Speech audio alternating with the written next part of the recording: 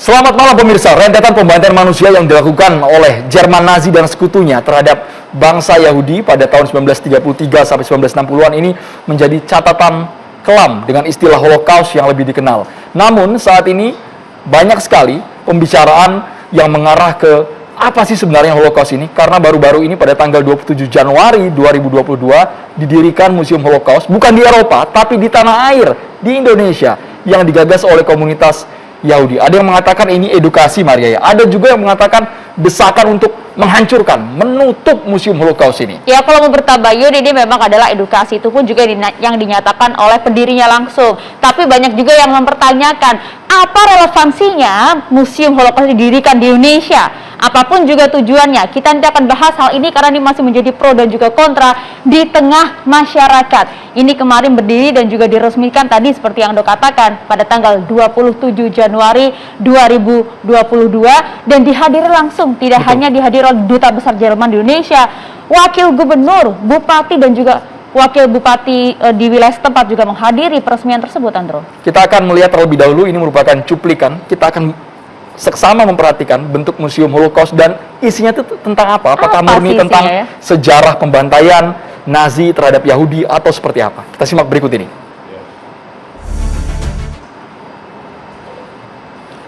Ini merupakan Museum Holocaust pertama di Asia Tenggara yang berdiri di Minahasa. Sang pendiri, Yakov Barut, mengatakan ini sebagai bentuk edukasi sejarah.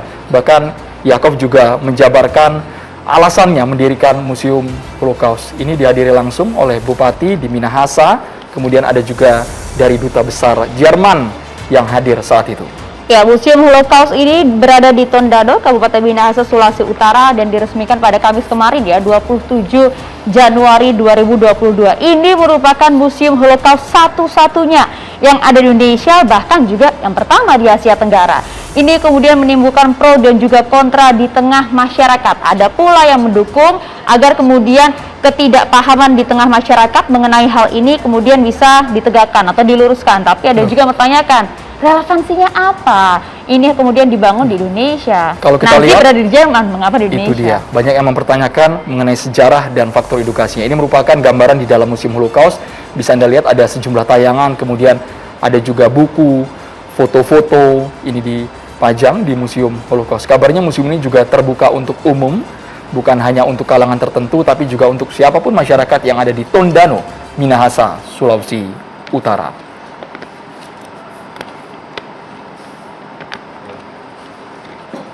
Ya pemirsa, kita coba akan dengarkan terlebih dahulu sih ya sebenarnya apa tujuan dari berdirinya Museum Holocaust ini. Kita akan langsung dengarkan ini sang pendiri, yaitu Yakov Barut, berikut ini. Ini adalah inisiasi saya sendiri karena pertama ingin mengenal keluarga dari nenek saya yang di Partai Ikam Nazi. Kemudian yang kedua, saya ingin mempunyai sebuah tempat di mana kita bisa mengedukasi masyarakat Indonesia tentang bahaya laten dari rasisme dan kebencian, hatred and racism. Kita tahu kalau rasisme dan hatred ini kita biarkan, maka sejarah membuktikan pernah terjadi sebuah tragedi kemanusiaan. Tapi yang pasti intinya tetap ini hanya untuk mengenang tragedi kemanusiaan, tidak ada agenda politik apapun, karena ini hanya untuk urusan kebudayaan saja, tidak ada keinginan lain. Yakov mengatakan bahwa museum ini sebagai pengingat agar kejadian sejarah kelam tidak lagi terulang. Tidak ada yang namanya rasisme, antisemitisme juga jangan sampai terulang di tanah air. Ya, tapi beberapa tokoh kemudian mengemukakan pendapat mereka mengenai berdirinya museum ini. Kita akan lihat ini sejumlah tokoh, ada yang pro, ada juga yang kontra mengenai berdirinya Museum Holocaust di Minahasa, Sulawesi Utara. Pada intinya kami sangat menjunjung tinggi perdamaian, kami sangat menjunjung tinggi toleransi, kami sangat menjunjung tinggi harmoni dan pluralisme atau kemajemukan.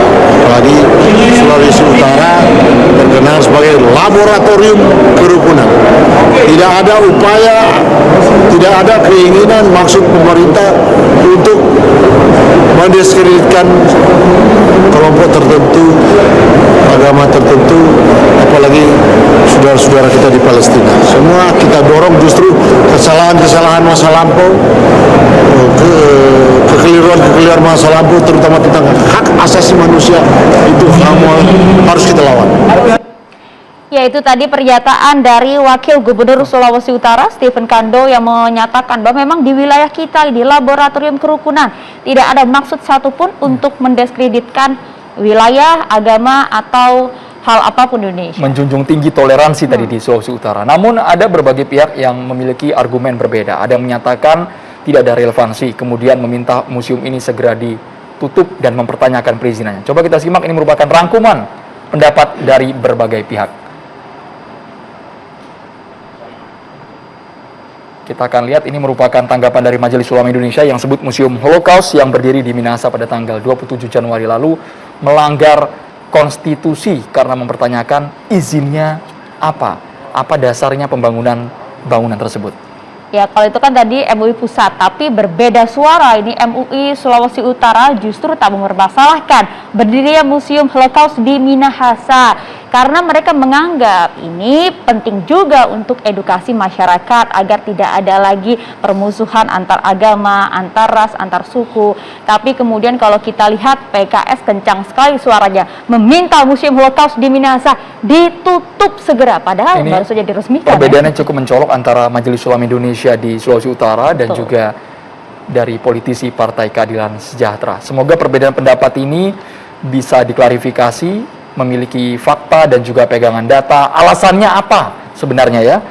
Selain PKS, coba kita akan dengarkan ini dari Kementerian Luar Negeri soal Museum Holocaust. Indonesia tetap fokus dukung Palestina karena kemarin ada pihak yang mengaitkan Museum Holocaust ini dengan Palestina. Mengapa kita memberikan ruang kepada museum ini untuk mengingatkan kembali sejarah kelam, sedangkan posisinya Indonesia saat ini adalah pro kemerdekaan Palestina. Ya, jangan sampai kemudian adanya berdirinya museum ini kemudian mengarah kepada isu bahwa Indonesia ini sudah membuka kembali hubungan antara Indonesia dan juga Israel. Kemarin sempat bertanya juga, Maria, apakah benar di Museum Holocaust ini juga ada sejarah di luar pembantaian Nazi oleh Yahudi? Apakah memang ada juga pembantaian terhadap bangsa Palestina atau yang lainnya? Itu nanti yang patut kita pertanyakan ya. Ya, kita akan coba langsung saja lah bahas bersama dengan sejumlah narasumber kami. Sudah hadir bersama kami di studio TV One ada Mbak Monique Reikers, aktivis pro Israel. Selamat malam Mbak Monique. Dan juga ada Pak Ahmad Nurholis, aktivis kebinekaan dan juga perdamaian. Selamat malam. Assalamualaikum Pak Nurholis. Assalamualaikum. Waalaikumsalam. Assalamualaikum, selamat malam Bapak Mahfud Siddiq, Wasekjen Partai Gelora. Sehat Bapak? Kemudian pembina Rekat Indonesia, Babe Haikal Hasan, boleh sekalian kita cek audio Babe Haikal Hasan. Assalamualaikum. Waalaikumsalam warahmatullahi wabarakatuh. Baik, kami juga menghadirkan pendiri Museum Holocaust Indonesia, Bapak Yakov Barut melalui sambungan Zoom langsung dari Tondano, Minahasa, Sulawesi Utara. Selamat malam Bapak Yakov Barut. Kami ingin tahu ini alasan Bapak mendirikan Museum Holocaust di tanah air. Ya, baik. Seperti yang sudah saya utarakan sebelumnya, keluarga saya, oma saya itu, kerabatnya itu banyak yang meninggal di Holocaust, banyak yang meninggal di kamp Auschwitz dan juga di Sobibor. Sehingga kami dari keluarga itu melakukan sesuatu untuk mengenal peristiwa ini, gitu. Dan itu alasan pertama ya. Alasan kedua, mengingat background saya sebagai dosen hukum internasional dan hukum humaniter internasional, saya ingin memiliki pusat studi di mana mahasiswa masyarakat Indonesia bisa mengambil data-data atau pelajaran tentang Holocaust. Kenapa saya ingin mengedukasi? Karena saya ingin para kalangan milenial ini khususnya memahami bahwa ada dua bahaya yang sekarang mengancam bangsa kita, yaitu rasisme dan hatred, kebencian dan rasisme. Dan saya mau mereka belajar kalau dua hal ini tidak kita perangi sejak awal, ini bisa mengakibatkan Holocaust entah kepada kaum siapa, ya kan? Dan di museum ini yang ingin kita perangi itu bukan hanya antisemitisme atau anti Yahudi, tapi juga Islamofobia, anti Kristen, anti Buddha, anti Hindu dan lain-lain. Jadi lebih ke urusan humanitarian atau humanisme. Dan saya yakin kalau bicara urusan humanisme, ini jauh melebihi segala hal-hal yang bersifat institusi, misalnya agama atau suku dan lain-lain. Jadi ini dengan beyond everything yang ada di dalam tragedi ini. Makanya saya tampilkan juga para orang-orang misalnya orang Muslim yang menyelamatkan orang Yahudi, orang Kristen, dan juga orang Indonesia yang menyelamatkan seorang bayi Yahudi di Belanda. Jadi kalau dibilang relevansinya, yaitu ada orang Indonesia juga, dan juga ada video tentang pahlawan Indonesia yang pernah ada di kamp konsentrasi. Banyak kan yang juga tidak tahu soal ini. Jadi saya hanya ingin mengedukasi saja pada dasarnya, lepas dari masalah-masalah konflik lain yang tidak ingin saya terseret atau terlibat lebih jauh. Terima kasih. Ya Pak Yakob, tapi mungkin bisa dijelaskan sebenarnya apa sih isi dari museum ini? Apa yang bisa kita dapat pada saat mengunjungi Museum Holocaust di Minahasa ini? Baik, karena memang di Indonesia ini belum ada museum atau Holocaust Center, jadi memang saya ingin menampilkan bahwa ada kelompok, ada prototipe kejahatan yang bernama Adolf Hitler, itu harus dipahami oleh kalangan muda, kalangan milenial. Kenapa? Karena belakangan ini kita lihat di sosial media, misalnya di platform tertentu, anak-anak muda banyak menggunakan Hitler. Ini suatu hal yang salah menurut saya. Ada yang salah, ada yang gagal paham dengan sejarah. Seorang prototipe kejahatan malah diidolakan. Sehingga saya merasa saya perlu berbuat sesuatu, yaitu lewat jalur edukasi, dan saya ingin membuat sebuah museum atau center di mana kita bisa belajar bersama. Demikian. Pak Yakob, kami ingin tahu sebenarnya proses perizinan pendirian museum ini, karena kesannya kok tiba-tiba muncul langsung diresmikan, didatangi oleh warga negara asing pada tanggal 27 Januari lalu. Oke, baik. Akan saya jelaskan ya. Jadi ini memang museum ini museum bersifat pribadi. Sehingga untuk perizinan tidak perlu ribet seperti mendirikan yang namanya museum negara. Dan juga untuk bangunan ini statusnya milik pribadi dan ada di kompleks sinagoga. Dan kami mengalihfungsikan, kami sudah berdiskusikan dengan dinas terkait, misalnya dinas kebudayaan daerah, bahwa untuk intinya sih saya bukan mendirikan museum baru ya dari nol. Kalau museum baru dari nol itu butuh perizinan yang sangat ribet, tapi karena ini alih fungsi dari bangunan yang sudah ada, sehingga itu bisa berjalan lebih mulus, dan karena tujuannya untuk edukasi, untuk kebaikan bersama, sehingga ini direstui.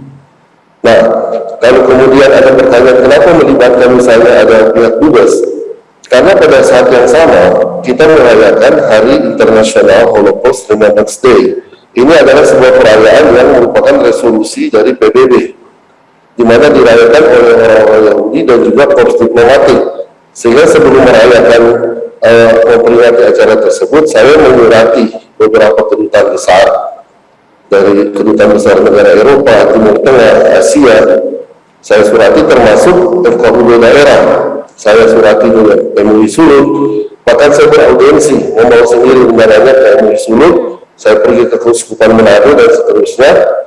Saya mengundang semua untuk ke Bupati juga saya datangi secara pribadi, karena saya ingin pada saat yang ini kita mempunyai momen spesial, kita mendirikan sebuah tolerance center yang saya namakan Holocaust Museum gitu. Yeah.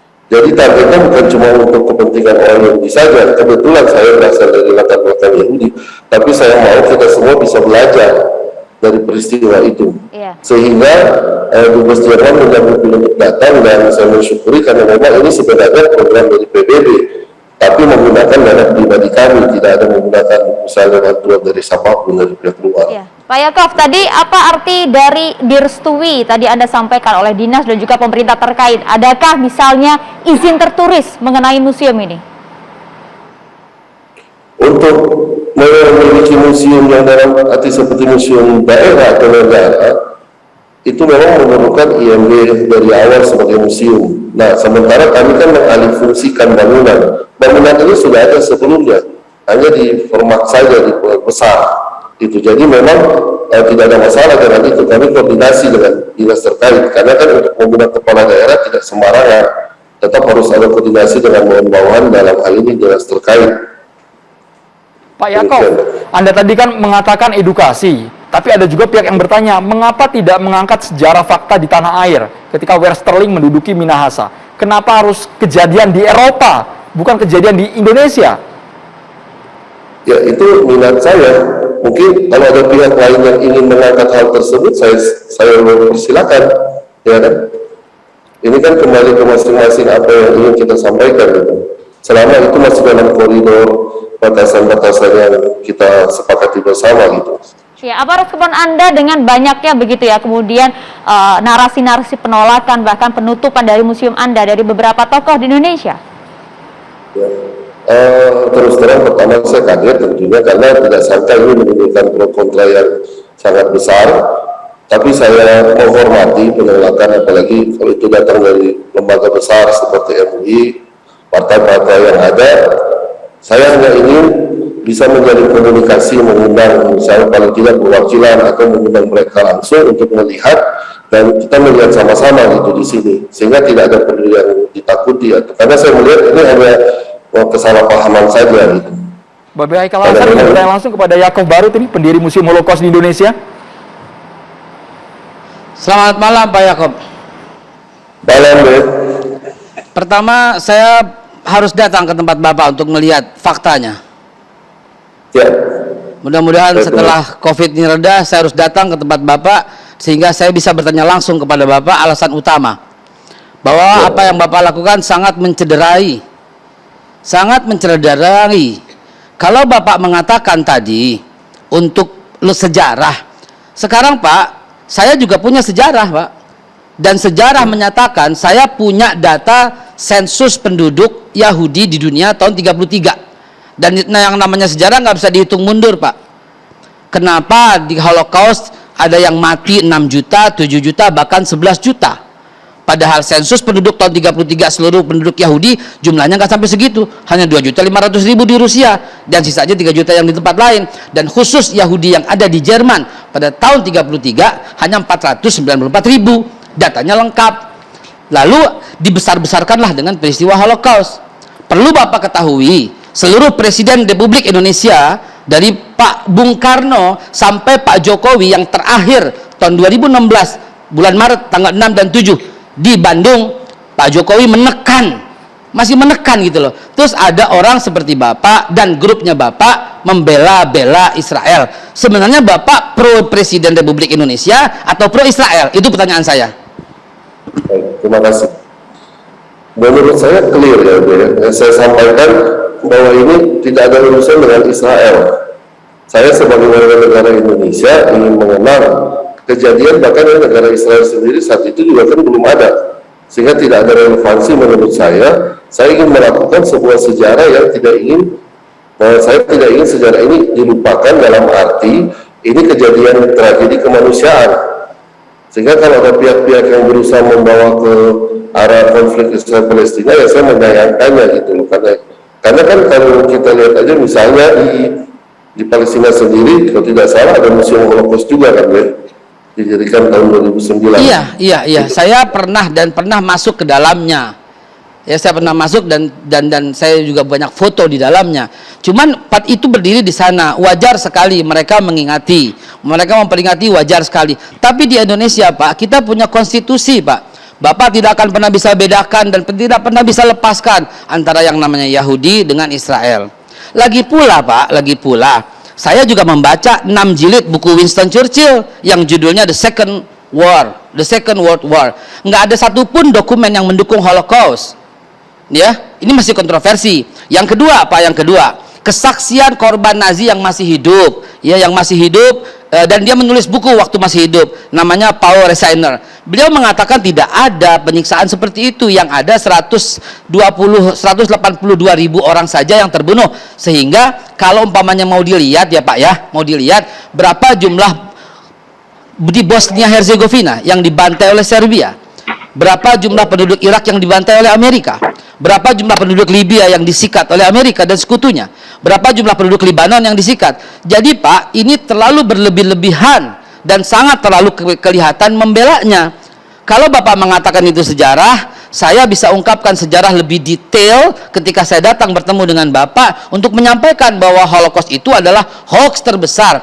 Bahkan saya mengutip semua pendapat-pendapat dunia Pak. Bapak mungkin kenal Arthur Jones, sangat terkenal di Amerika, ahli sejarah. Saya punya catatan dan saya punya hubungan komunikasi dengan Profesor Holocaust yang menyatakan Holocaust tidak sebesar itu dan tidak perlu dibesar-besarkan, sehingga Holocaust menjadi ajang untuk pengumpulan duit jutaan dolar bagi Israel. Keras sekali, Babe mengatakan Holocaust adalah hoax terbesar. Sesaat lagi Bapak Yakov dijawab. Kita harus jeda dulu hanya di catatan demokrasi, pemirsa.